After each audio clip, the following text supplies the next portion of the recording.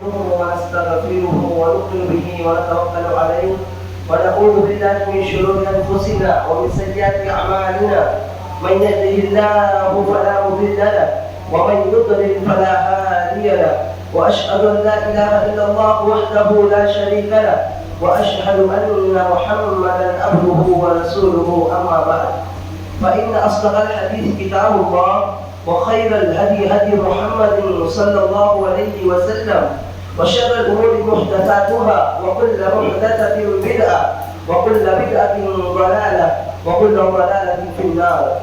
أوصيكم بنفسي تقوى الله وطاعته كما أمرنا الله تعالى في القرآن المجيد.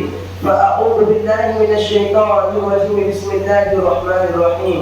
يا أيها الذين آمنوا اتقوا الله حق تقاته ولا تموتن إلا وأنتم مسلمون.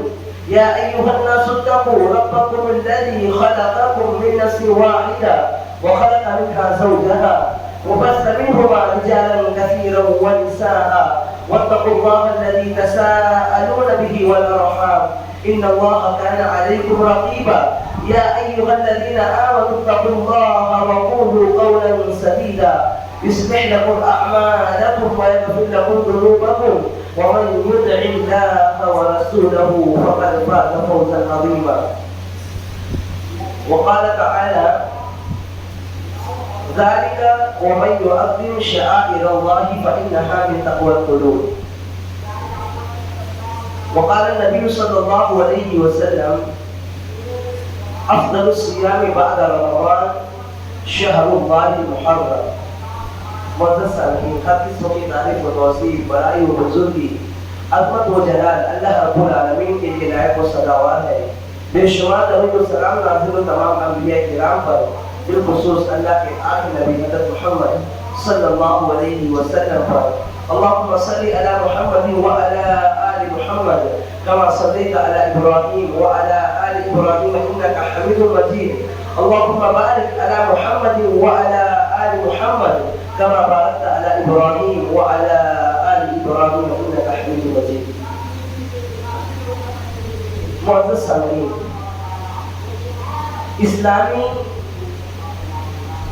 سال کا آغاز شروع ہو چکا ہے.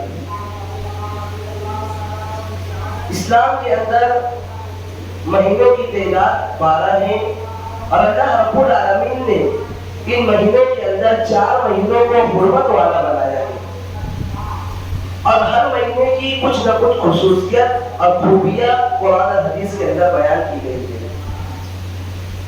محترم حاضرین، اگر ہم دنیا کی دوسری قوموں کے تعلق سے اگر ہم غور فکر کریں اور یہ دیکھیں کہ ہر قوم اپنے دینی سال کی شروعات خوشی کے ساتھ، مسرت کے ساتھ کرتی ہے.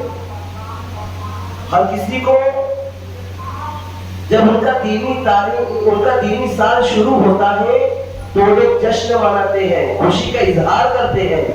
لیکن اگر دیکھا جائے مسلمانوں کی حالت، تو مسلمانوں کا ایک بڑا طبقہ اپنے اسلامی سال کو اپنے اسلامی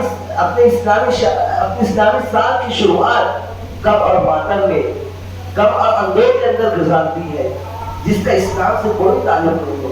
حالانکہ اسلام نے اس مہینے کی فضیلت بیان کی تھی. اللہ اور اس کے رسول صلی اللہ علیہ وسلم نے اس مہینے کو عظمت اور تعظیم والا قرار دیا تھا، لیکن مسلمانوں نے اس مہینے کی تاریخ کو بدل دیا، اس مہینے کو غم اور ماتم کا مہینہ بنا دیا جس کا اسلام سے کوئی تعلق نہیں ہے. اس مہینے کی شرعی حیثیت یہ تھی کہ اللہ رب العالمین نے اسے اپنا مہینہ کہا تھا کہ یہ مہینہ محرم کا مہینہ اللہ کا مہینہ ہے.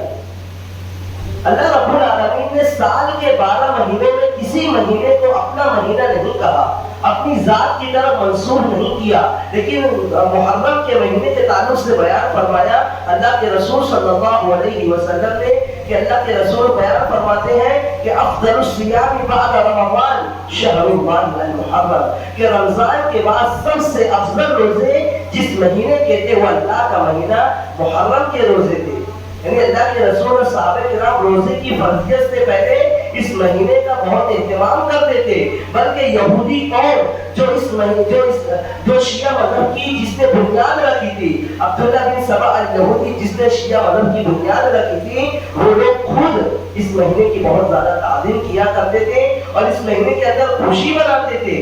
جب اللہ کے رسول صلی اللہ علیہ وسلم مکہ سے مدینہ تشریف لائے تو اللہ کے رسول صلی اللہ علیہ وسلم نے دیکھا کہ یہودی لوگ 10 محرم کو خوشی مناتے ہیں، اس دن وہ روزہ رکھتے ہیں۔ اللہ کے رسول صلی اللہ علیہ وسلم نے پوچھا کہ کس وجہ سے ایسا کرتے ہو؟ کہا کہ یہ وہ دن ہے جس دن اللہ رب العالمین نے حضرت موسیٰ علیہ السلام اور بنی اسرائیل کو فرعون کے ظلم و ستم سے نجات دی تھی، اس شکرانے کے طور پر ہم اس دن روزہ رکھتے ہیں۔ پھر اللہ کے رسول صلی اللہ علیہ وسلم نے بیان فرمایا نحن احق بموسیٰ منکم، کہ ہم تم سے زیادہ موسیٰ کی پیروی کرنے کے حقدار ہیں۔ پھر اللہ کے رسول نے صحابہ کرام سے کہا کہ اگر اگلے سال اگر تم روزہ رکھنا تو 9 اور 10 تاریخ کا بھی روزہ رکھنا، 10 تاریخ کے ساتھ ساتھ 9 کا بھی روزہ رکھنا، یا 10 کے ساتھ ساتھ 11 کا بھی روزہ رکھنا۔ یہودیوں کی مخالفت کرتے ہوئے 10 تاریخ کا تو روزہ رکھنا ہی ہے، لیکن اس کے آگے اور پیچھے ایک بھی روزہ رکھنا یہ سنت طریقہ ہے، اللہ کے رسول صلی اللہ علیہ وسلم کی تعلیم ہے۔ تو اس مہینے کی یہ عظمت اور تعظیم تھی کہ اللہ رب العالمین نے اس مہینے کو اللہ کا مہینہ قرار دیا، اپنی ذات کی طرف منسوخ کیا، اور جو چیز کی اہمیت ہوتی ہے، جس چیز کے تعلق سے بہت زیادہ یعنی اس کی اہمیت اور فضیلت ہوتی ہے، تو اللہ رب العالمین اس چیز کو اپنی ذات کی طرف منسوخ کرتا ہے۔ جیسا کہ کعبہ کو بیت اللہ کہتا ہے کہ اللہ کا گھر ہے وہ، یہ کعبہ کی عظمت اور تعظیم کے تعلق سے اللہ رب العالمین نے ایسا کیا۔ تو لوگوں یہ مہینہ یہ حرمت والا مہینہ ہے۔ اس مہینے میں تو یہ ہونا چاہیے تھا کہ لوگ زیادہ سے زیادہ اللہ رب العالمین کی عبادت کرتے، اپنے آپ کو گناہوں سے بچا کر رکھتے۔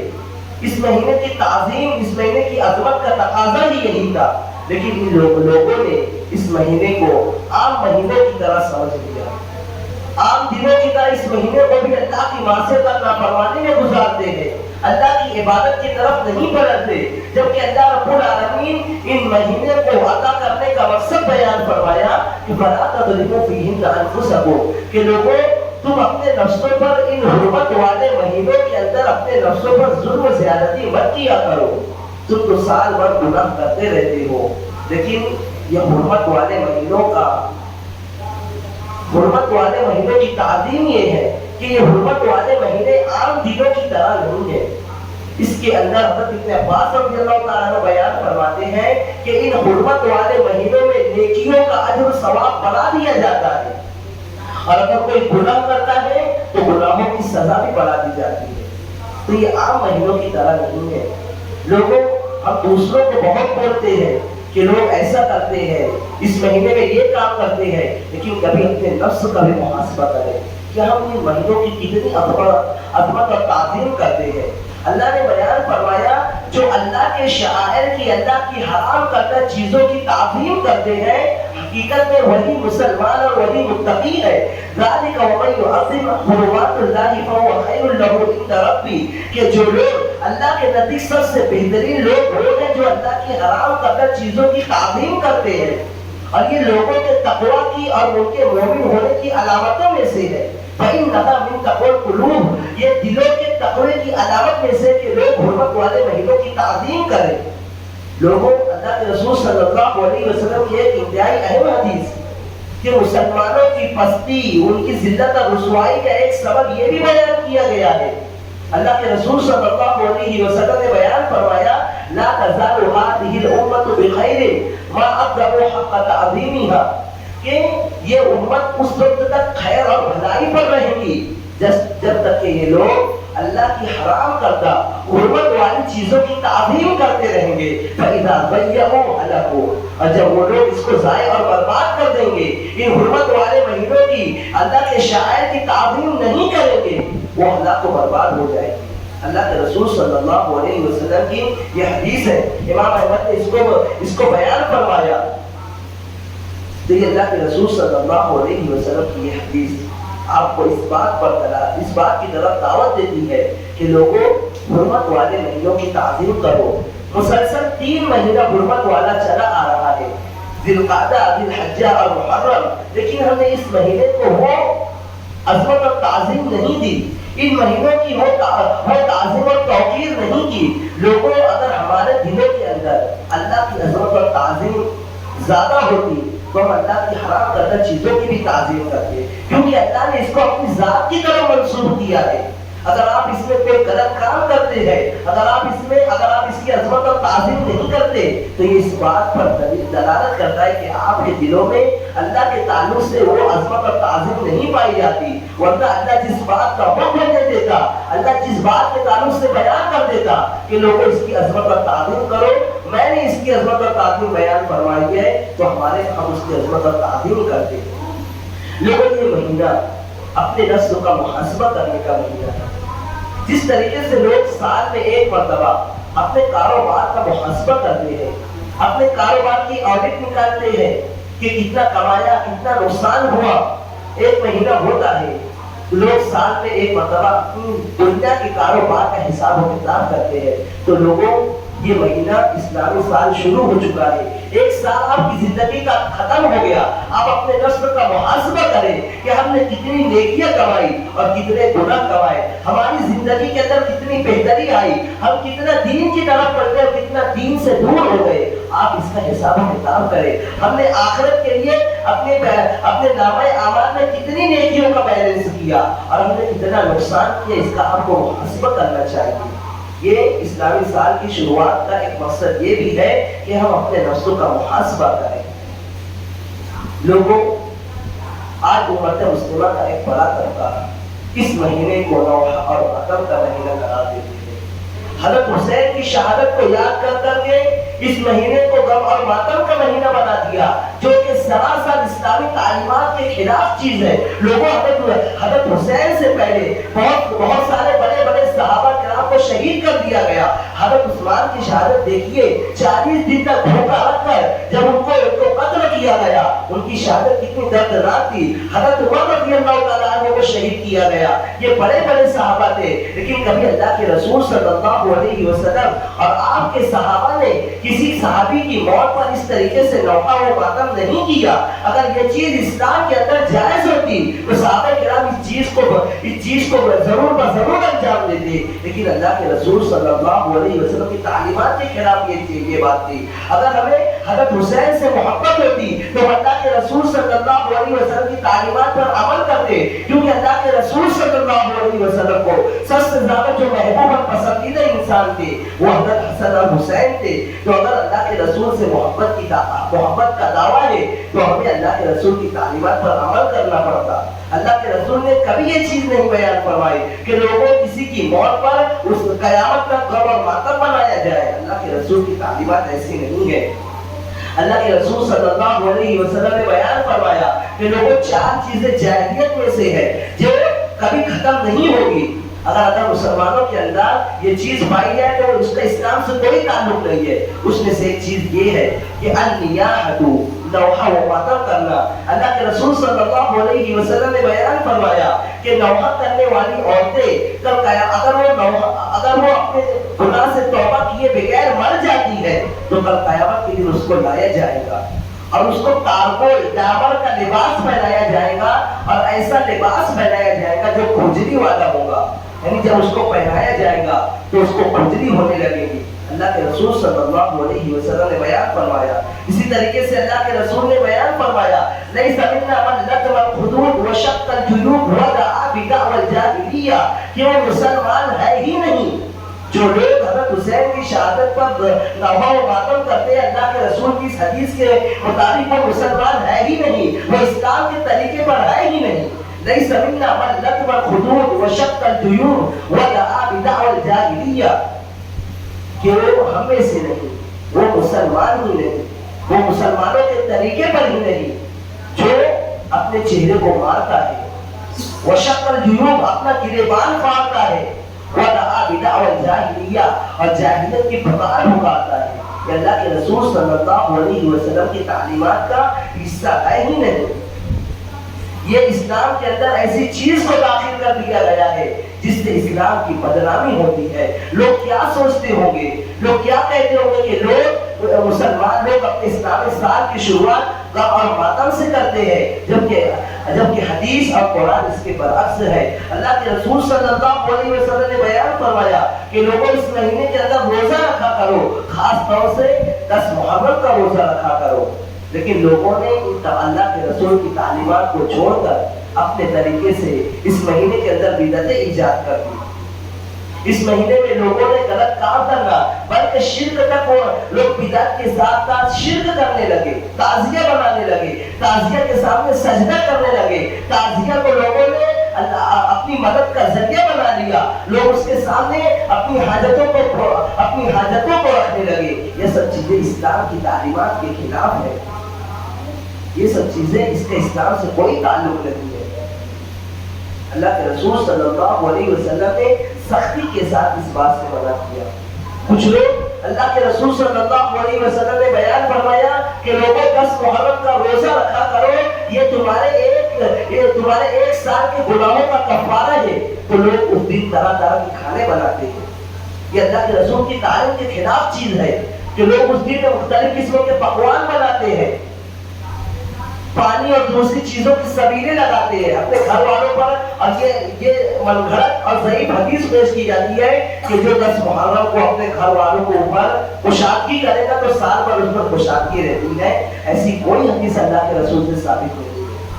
اللہ کے رسول سے جو چیز ثابت تھی وہ یہ تھی کہ لوگوں 10 محرم کا روزہ رکھا کرو, یہ چیز تمہارے ایک سال کے گناہوں کا کفارہ ہے. تعزیہ داری کی بدعت کیا ہے سوچئے تو صحیح. یہ تعزیہ اسلام کے مکمل ہونے کے 352 سال کے بعد اس چیز کو ایجاد کیا گیا, جو ایک شیعہ بادشاہ تھا جس نے اس چیز کی بنیاد رکھی تھی. 352 سال تک مسلمانوں کے درمیان تعزیہ داری کی کوئی چیز پائی نہیں جاتی تھی. 352 سال کے بعد یہ چیز کیسے اسلام کے اندر داخل ہو گئی؟ حضرت انس بن مالک رضی اللہ تعالیٰ عنہ بیان فرماتے ہیں کہ جب انہوں نے کہا, جب اليوم اکملت لکم دینکم واتممت علیکم نعمتی ورضیت لکم الاسلام دینا, کہ اس آیت کو پڑھنے کے بعد کہا تھا کہ لوگوں دین وہی ہے جو اللہ اور اس کے صحابہ کرام کے درمیان موجود تھا. کیا کہا کہ دین وہی ہے, اسلام وہی ہے جو اللہ اور صحابہ کرام کے زمانے میں موجود تھا, اور اللہ اور صحابہ کرام کے اللہ کے رسول کے زمانے کے بعد اور صحابہ کرام کے زمانے کے بعد لوگوں نے جو چیز بھی دین کے نام پر ایجاد کر دی وہ دین ہو ہی نہیں سکتی ہے. حضرت انس بن مالک نے یہ بات بیان فرمائی کہ لوگوں اگر تمہیں دین چاہیے, حضرت عبداللہ بن مسعود رضی اللہ تعالیٰ عنہ کا جو مشہور واقعہ ہے کہ انہوں نے کچھ لوگوں کو دیکھا کہ مسجدوں میں بیٹھ کر دانوں پر تسبیح گر رہے ہیں, کھجور کے دانوں پر تسبیح گر رہے تھے. تو جب حضرت عبداللہ بن مسعود ان کے پاس جاتے اور کہتے ہیں کہ تم کیا کر رہے ہو, کہا کہ ہم لوگ تو بہت اچھا کہا, ہم تو صرف تسبیح گر رہے ہیں. کہا کہ یہ ایسا طریقہ ہے, تسبیح گرنا کوئی بری بات نہیں تھی, ایک نیک کام تھا, اچھا کام تھا. انہوں نے کیا کہا کہ لوگوں ابھی اللہ کے رسول صلی اللہ علیہ وسلم کا انتقال ہوئے بہت زیادہ دن نہیں ہوا ہے, ابھی اللہ کے رسول کے برتن بھی نہیں ٹوٹے ہیں, ابھی اللہ کے رسول کے کپڑے بھی نہیں پوشیدہ ہوئے ہیں, اور تم نے دین میں نئے نئے طریقے ایجاد کر لیے. لوگوں بہتر تو یہ ہوتا کہ تم تسبیح گننے کی بجائے اپنے گناہوں کو گنتے, اپنے گناہوں کو شمار کرتے. یعنی یہ دانوں پر تسبیح گننا یہ اللہ کے رسول صلی اللہ علیہ وسلم کے زمانے میں کھجور کی گٹلیاں موجود تھی, لیکن کبھی اللہ کے رسول نے کسی صحابہ کرام کو نہیں کہا تھا کہ کھجور کی گٹلیاں جمع کرو اور اس پر سبحان اللہ اور الحمدللہ کہو.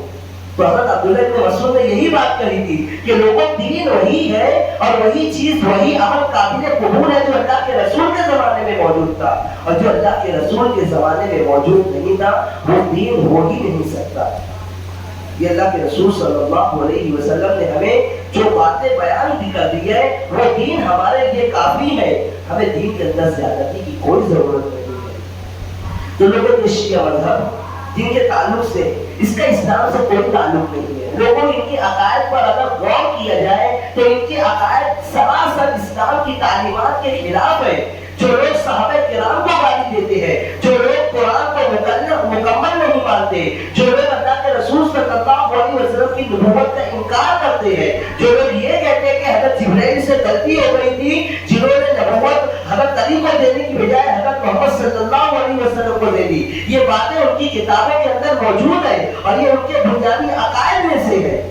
جس قوم کی بنیاد جھوٹ اور فساد پر ہو، جس فرقے کی بنیاد جھوٹ اور فساد پر، اس کا اسلام سے کوئی تعلق نہیں ہے۔ جو لوگ صحابہ کرام کو گالی دیتے ہیں، جو لوگ صحابہ کرام کو کافر کہتے ہیں، جو لوگ حضرت عائشہ رضی اللہ تعالی عنہا اور دوسرے ازواج مطہرات پر طعنہ کستے ہیں، ان کو ان پر تہمتیں لگاتے ہیں، وہ مسلمان کیسے ہو سکتے ہیں؟ جو لوگ یہاں پر ایک بات آپ لوگوں کو سمجھنا چاہیے کہ یہ لوگ حضرت حسین کی ہی شہادت کیوں اتنا مناتے ہیں؟ حضرت حسن کی شہادت کیوں نہیں مناتے؟ حضرت حسن کو بھی تو شہید کیا گیا تھا، حضرت حسین کی شہادت یہ لوگ زیادہ سے زیادہ کیوں مناتے ہیں؟ اصل میں شیعہ لوگوں کا ایک عقیدہ ہے، امامت کا عقیدہ۔ ان کے پہلے امام تھے حضرت علی رضی اللہ تعالیٰ عنہ۔ اب ان کا عقیدہ یہ تھا کہ اگر کسی امام کا انتقال ہو جائے تو اس کے بعد اس کی اولاد یعنی امام بنے گی۔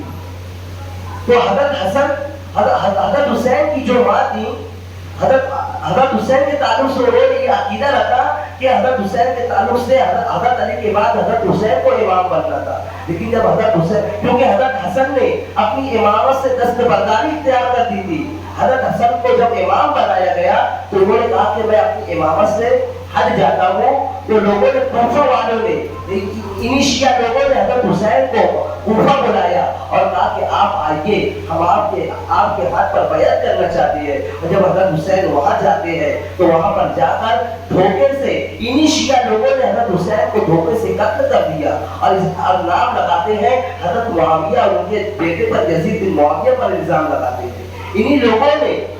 انہی شیعہ لوگوں نے حضرت حسین کو مدینہ سے کوفہ بلا کر دردناک طریقے سے قتل کر دیا۔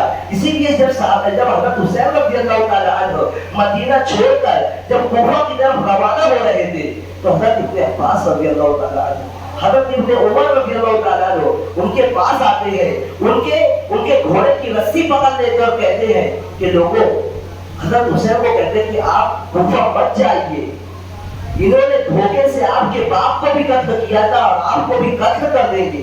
لیکن حضرت حسین نے کہا کہ نہیں، ان کو بھروسہ تھا کہ لوگوں نے مجھے بلایا ہے، تو جب وہاں پر جاتے ہیں تو لوگوں بے دردی سے ان کو قتل کر دیا جاتا ہے۔